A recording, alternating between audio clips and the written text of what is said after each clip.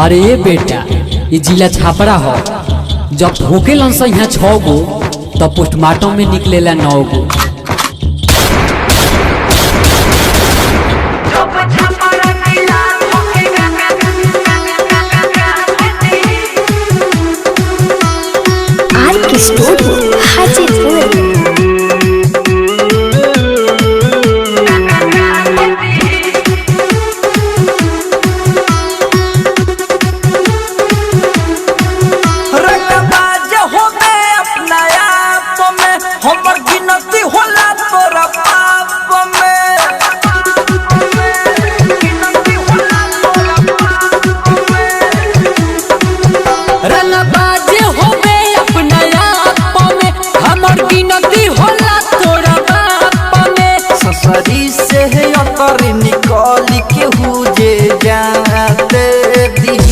अरे बुझत काहे नहीं था।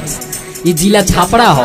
ये जा हर घर में रंगदारे पैदा होने सब ये चलते अपन अकर अपने पासे रह ना तो ध के पछुआरा में जो छापरा जिला धोकेगा थती ही सुने कोनो जिला नहीं साथ थती ही। जो छापरा जिला धोकेगा थती ही सुने कोनो जिला नहीं साथ थती ही।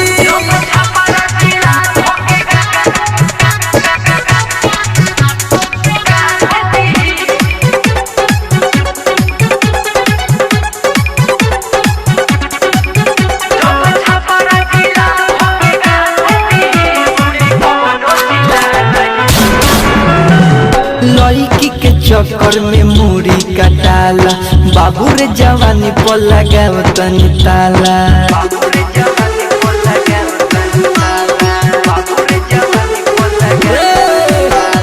लड़की के चक्कर में मुड़ी कटाला बाबू रे जवानी पर लगाव तनी ताला। छपार के छोकरा से जूझे लगबे पाइटी में छुल छुल मुते लग बट सब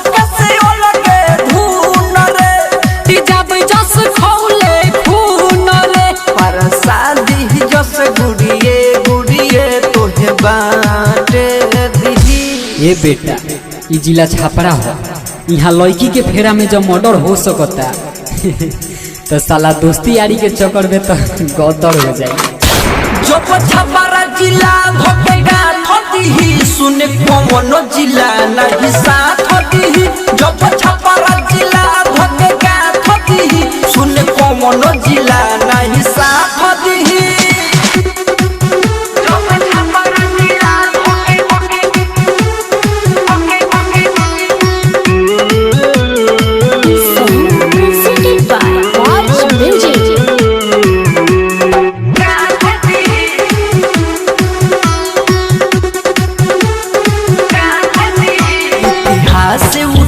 के देख ली है बेटा बापू के ठीक से नहीं देख ली है। बेटा बापू के ठीक से नहीं देख ली है।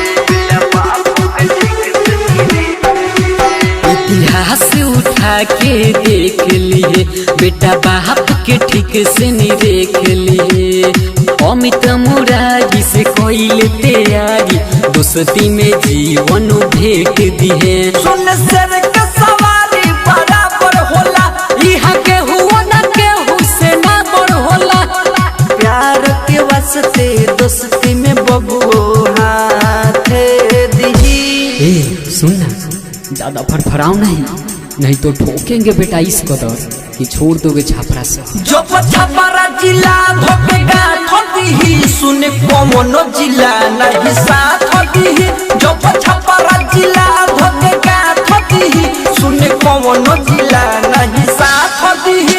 रंगबाज होबे अपना आप में हमर गिनती होला तोरा बाप में। ससुरी से है अकर निकल के हुजे जाते दी। ए बाबू शेर के सवारी या छपरहिया के आई साला किस्मते वाला के मिलेला जो ऐस कर। जो छापरा जिला धोकेगा थती ही सुने कोनो जिला नहीं साथ थती ही। जो छापरा जिला धोकेगा थती ही सुने कोनो जिला नहीं साथ थती ही। Music projects.